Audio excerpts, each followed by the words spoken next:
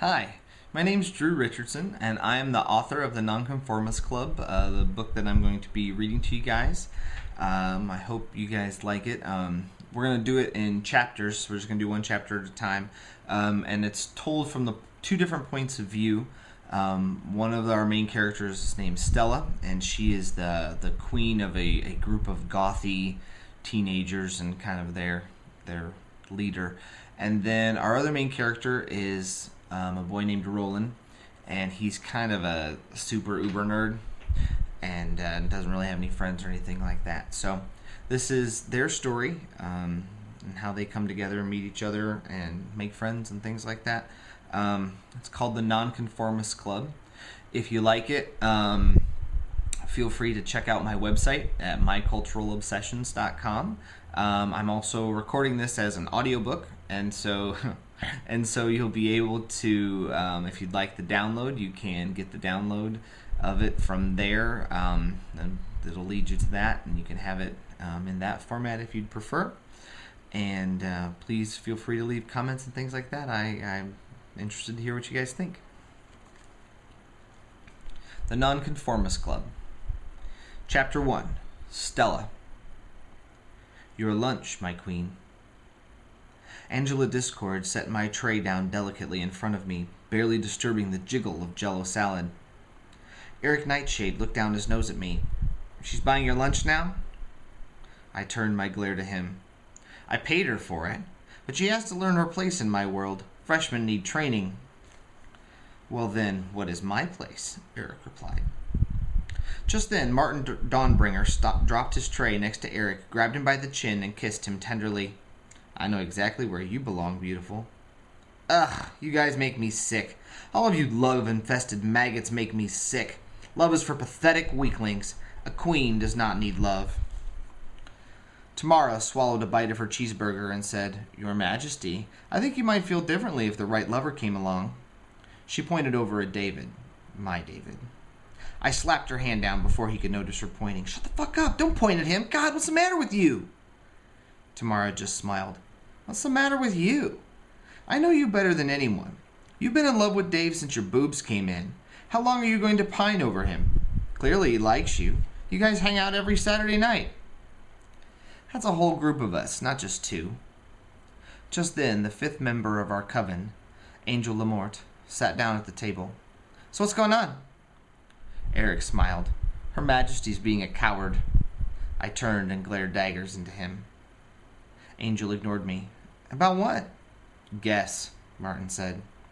Must be the king of the band room, she said, standing and straining to look for him. I grabbed her arm and pulled her down, probably with a little more force than necessary. What can I say? I'm a big girl, and sometimes I don't know my own strength. She squawked a little and turned back to the table. As I pulled on her, I turned to Eric. I'm not a coward, worm. Mind your tone. Eric's smile faded somewhat. Your Majesty, I thought I was the court jester. My job is to speak truth to power. No one else will. And you think I'm a coward? I menaced. His eyes went down to his plate. A little bit, yeah. I looked at each of them in turn, forcing them to quit staring and look at their plates of food. I looked up at Dave and his best friend Ivor on the other side of the cafeteria. Dave was standing and perusing the entire room, pointing at certain kids while Ivor took notes. My heart fluttered and my stomach dipped as I looked at him, just as it had every time for the last 6 years. I knew what I was going to do, what I had to do. A queen has certain obligations to her followers. That didn't mean I didn't feel like throwing up. I stood and glared at them, snarling, I fear nothing. Slamming my chair under the table, I hoped the impact would cover the shaking of my hands. Slowly, I made my way over to where he stood, refusing to hurry, refusing to show weakness, refusing to look back at them, even though I could feel their eyes burning through me. The walk was long, giving me too much time to reflect on Dave, meeting him and the rest of the boys when I was 10, casting him in my 5th grade version of Hamlet, the day on the circus field trip in 6th grade, the day I realized I loved him. Playing him heads up for the first time, I won a poker tournament. The time we played Call of Duty together and cracked the national rankings for a few hours. A blitzkrieg of memories rushed through me as I walked across the room to him. Ivor saw me first. Hey, Big Stella, what's shaking? Besides all this, I mean. He gesticulated to my substantial form in my long black dress. Your brain's gonna be shaking when I push my fist through it, Pee-wee, I said, towering over him. I'd dwarf him even without my 3-inch platform shoes. All right, I was just leaving. He scurried away, leaving just Dave and me. Dave was tall enough to look me in the eye, even with my boots on. He smiled and said, What do you need, Stell? I hadn't planned on looking into his deep blue eyes, but as soon as I did, my resolve weakened. My knees wanted to buckle, but I had enough practice in heels to stay steady. I was wondering, are you okay, Stell? You look whiter than normal. Did you overdo the vamp face today? I knew the countdown clock on losing my lunch was ticking, and now it was under 10. I blurted, I just wanted to go see the new Justice League movie and maybe get dinner on Friday night.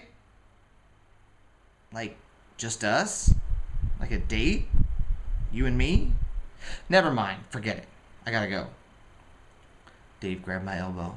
Stell, hang on a minute. I'm sorry. You just caught me off guard. Stell, you're one of my best friends.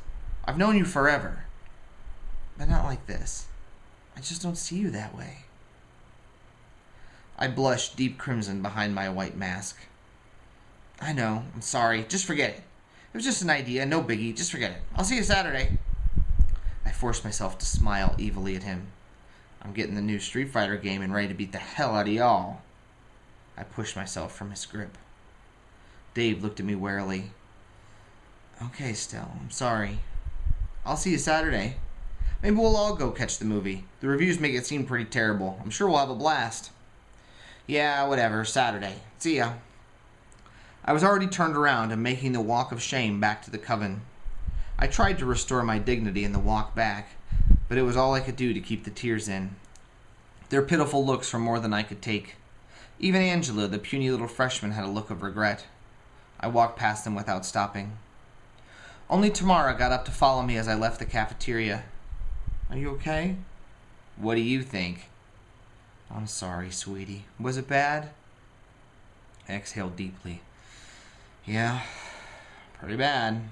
Yep, pretty bad. I reached the door heading outside and pushed through it. Tamara stood at the threshold. Are you leaving? Just taking a walk. Will you be back? I can't go with you. If I cut again, I'll be suspended. It's okay, little Death Eater. I'll be fine. I'll be back before the day is out. Your queen is defeated, but the battle is long and far from over. Text me if you need me.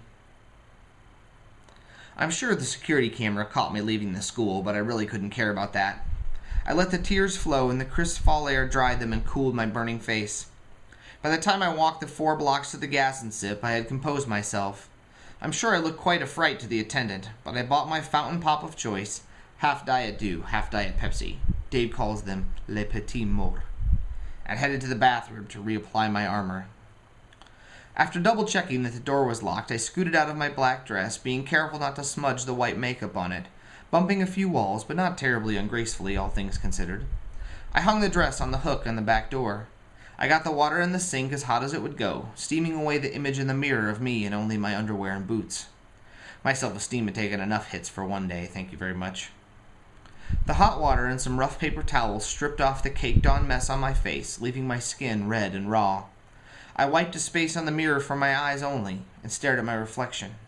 I let the tears flow again, knowing I didn't have to worry about the makeup anymore. After 3 minutes of feeling sorry for myself, I was ready to become the queen again. Splashes of cold water cooled my face and got rid of the puffiness around my eyes. I dried my face 4 times before applying Manic Panic white powder cream foundation. Black eyeshadow broke up the white. Liquid liner filled in the gaps circling my eyes. Mascara teased the last of the tear mess from my eyes. I then used the eyeliner for my personal touches. A black teardrop in the corner of my left eye, and a triple teardrop mascara run down my right cheek, my personal signature look. It was stolen from an old comic character named Dawn, but no one else knew that. The bruise-colored lipstick came next. I growled at the mirror, which turned into a roar. Ready to face the world, I carefully slid my dress over my head, pulling it down tight over my bubble butt and down in front, pushing up as much cleavage as I thought I could get away with. Hey, When you're 6'1" and 220 pounds of ass and tits, you do what you can to minimize the damage and maximize the assets. I checked my cell phone. I'd only missed 5th and 6th periods. If I got back in time, I could still make 7th hour band. It was time for the Queen to return. I got back to the school before the end of 6th hour, so I waited by a locked door until someone came by during the passing period, letting me into the school. I got across the school to the band room just in time to watch Dave flirt with some stupid sophomore girl, a slutty blonde named Jasmine. He was doing the old hold her chin in your hand and look deep into her eyes routine I'd seen him do 100 times before. Silly bitch didn't even know what hit her. As he walked away from her over the tank, the look on her face said that she would have eaten a shit sandwich for him at that moment. I knew Dave better than that. I knew what a basket case he really was. I knew that he would use up this girl and toss her out just like all the others. Only I could be real to him. Only I could break him out of this cycle.